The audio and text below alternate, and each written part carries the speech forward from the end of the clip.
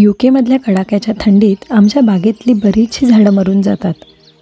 तसं जरी असलं तरी दरवर्षी आम्ही बागेत नवनवीन रोपं लावत असतो.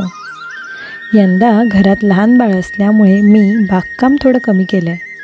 पण घरामध्ये वाढदिवस असो वा इतर कोणताही विशेष प्रसंग, त्यानिमित्ताने बागेमध्ये हमखास एकतरी झाड लावलं जातं.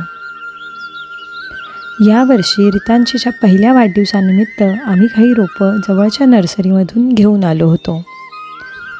आपल्याकडे दारांना पानाफुलांचं तोरण लावण्याची पद्धत आहे.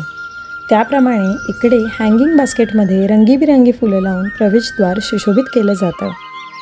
इथलं गव्हर्नमेंट तर रस्त्यावरील लाईट्सच्या लॅम्पनासुद्धा अशा रंगीबिरंगी फुलांच्या टोपल्यांनी सुशोभित करतं. कमी जागेत जास्त झाडं लावण्यासाठी व्हर्टिकल प्लांटर्स आणि हँगिंग बास्केट हे पर्याय खरोखर खूप छान आहेत. नमस्कार, मी अमृता सुमितच्या छोट्याशा बागेत तुम्हा सगळ्यांचं स्वागत. आज मी तुम्हाला आमच्या बागेत लावलेल्या फुलझाडांची टूर दाखवणार आहे. झाडांमधलं योग्य ते स्पेसिंग, वेळच्या वेळी त्यांना दिलेलं खत पाणी आणि योग्य प्रकारे त्यांची केली गेलेली छाटणी यामुळे आमच्या बागेत लावलेली झाडं आता छान मोठी झाली आहेत आणि त्यावर फुलंही आली आहेत. रंगीबिरंगी फुलांनी नटलेली ही बाग जणू साजशृंगार केलेल्या स्त्रीसारखीच वाटते.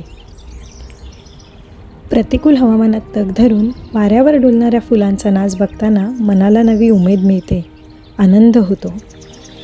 चला तर मग तुम्ही सुद्धा तो आनंद घ्या आणि तुम्हाला हा जर व्हिडिओ आवडला तर मला नक्की कळवा.